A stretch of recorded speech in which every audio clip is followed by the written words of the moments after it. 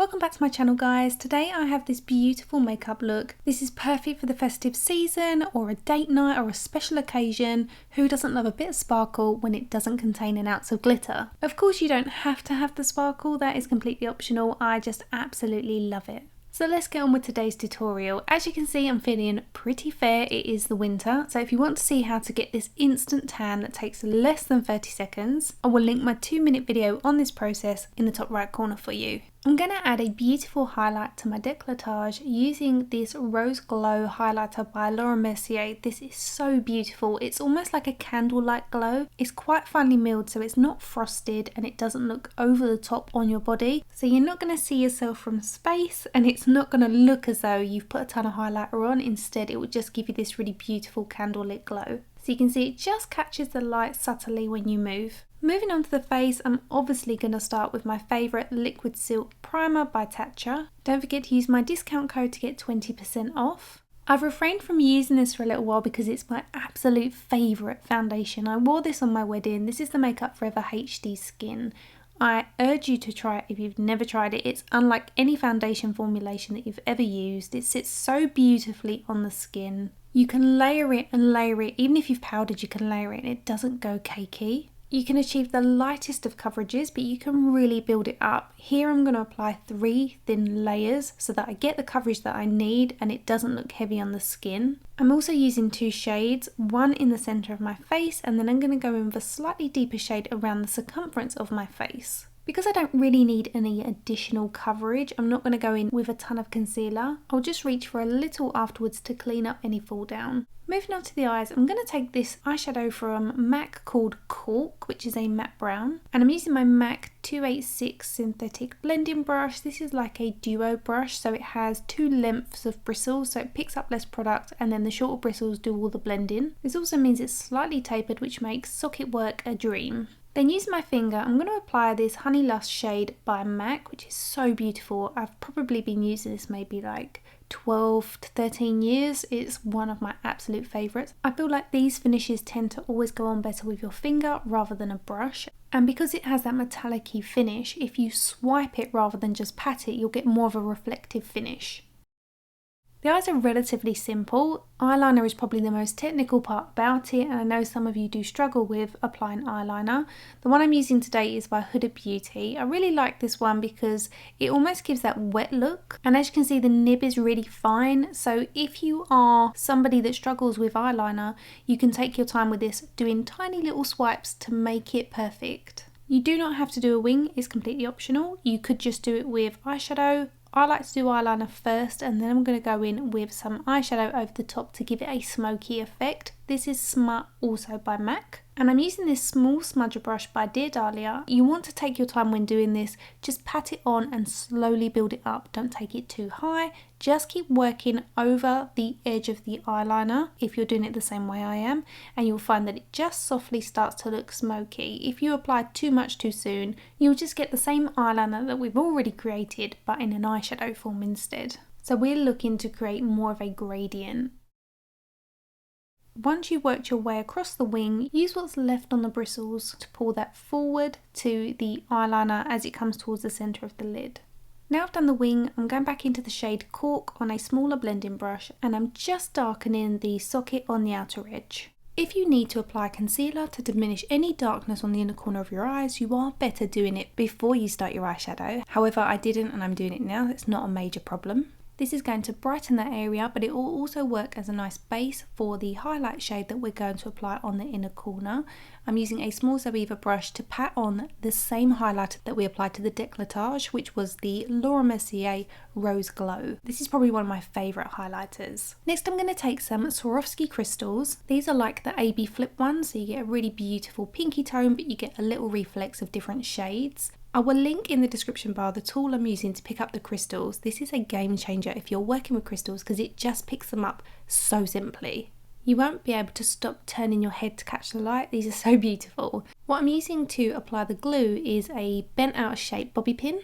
I actually have some nail art tools that would be perfect for this, only I couldn't find them, so I had a bobby pin and I thought that will work perfectly. So as you can see, I'm applying 4 of these in a slight arc, just following the natural curvature of the eye. And I will come back and apply some underneath as well, but I'm moving on to the bottom half of the eyelid. I'm applying a black kohl pencil by ZOEVA. This is one of my favourites because it's super black and it really does stay in place all day. Don't forget to also blink on to the tip of the pencil, just a tight line, because I feel like if you're doing a nice kind of smoke to the eye with the liner, the last thing you want is that pinky tone when you're looking straight ahead.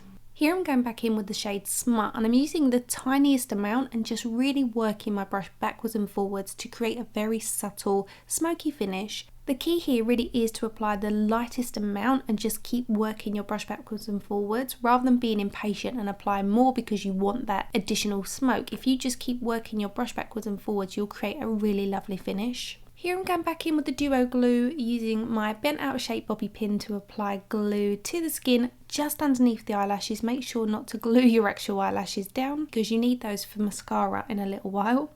The mascara I'm going in with is the one by Sculpted by Aimee. This actually snapped on me today, which is a shame. The lid snapped away from the wand. Really gutted because I've been loving this mascara.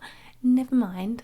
Moving on, I wanted to create some spiky lashes with a little bit of a fluffy finish to them. So I'm taking these cheap ones, which I will link in the description bar. As you can see, they're kind of like individual lashes that come to a point, but they're not as thin as the complete individual lashes. So they create this beautiful spiky finish, and I'm using them in a range of sizes from 9mm to 12mm. So this is how they look. And then I'm going to go in with some Ardell Faux Mink individual lashes, which are more fluffy. So these are like cluster lashes.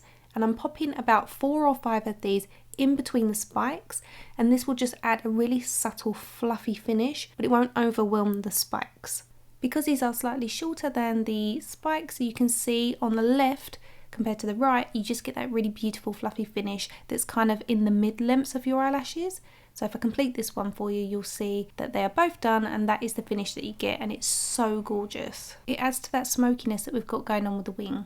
Moving back onto the skin, I'm going in with the Clinique Even Better Concealer. As I said, I don't need a ton of coverage for this look, but I am adding a little bit here to brighten and clean up underneath the eyes in case we've got any eyeshadow fall down. Much like the foundation, I love the natural finish that this gives. It's really subtle, and I'm not going for anything that's like 2 or 3 shades brighter than my foundation because I want a very natural finish. And then to sculpt the face, I'm going in with the Laguna 02 Cream Bronzer by NARS. And I'm using my favourite brush, which is the IT Cosmetics number 7, and I'm bouncing that along the cheekbone and then pushing it in with my beauty blender. You'll see that it's picking up any excess product and just leaving behind a beautiful veil of colour, and as you can see, it goes seamlessly into that foundation, and because we're only bouncing directly over where we've applied it, we haven't been left with a muddy finish.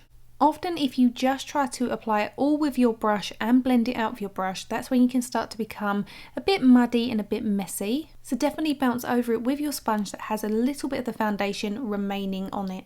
As usual, we are going to take this around our hairline as well. I've not actually put any more on the bristles. I'm using what's left on the bristles to work that around so that we don't end up with a halo effect. Instead, it's very soft. Don't forget to also take your time to work that into your hairline. If your scalp is definitely going to be fairer than the rest of your skin, you do not want an obvious line between the 2 shades. So just make sure that you take your time in that area. I was going to try and use a different colour blush, but I still reach for my Sweet Peach Peony because it just tends to go with everything, and because the colours that we've got on the eyes, the Honey Lush shade has that golden undertone, it's a little bit peachy, then the peach blush definitely works best. I'm applying it very subtly, more so that it adds a glow and it's just a hint of colour on the cheeks. If you've never tried the Nudestix Nudies Bloom, give them a go. Look at that beautiful glow. You do not need another highlighter with this, and take advantage of my discount code. I'm now going to apply a little bit of setting powder, or a finishing powder in this case, along the centre of my face, just to diminish any kind of shine. With this foundation itself, you can see it is self-setting, so I'm not particularly shiny. I just want a little bit of reassurance that's going to last a little bit longer as I am oily. I'm lining and filling in my lips with MAC's Boldly Bare Lip Pencil. This is a matte finish, but it's in a very nice warm toned light medium coral shade. So it does pair well with the blush tone. It will appear slightly pinkier because it is sitting on our natural lip colour. But to make sure it does go with the blush a little bit more and the eye makeup, I'm going over the top of that with the Sweet Peach Peony. That's why I love these products, because they're so versatile. This is where I always take a step back and work out, Do I like the lip or not? But I do, I think it's really lovely. So this is the final makeup look, and I've just taken my hair down so you guys can see what it looks like with your hair down and slightly straighter for a change. On Sunday I will be back with a variety of different hairstyles that will be suitable for New Year's Eve. Please hit subscribe if you're new to my channel. Don't forget all the products I've used will be listed and linked in the description bar along with any applicable discount codes. Please give the tutorial a thumbs up if you enjoyed it, and I will see you on Sunday. Bye guys!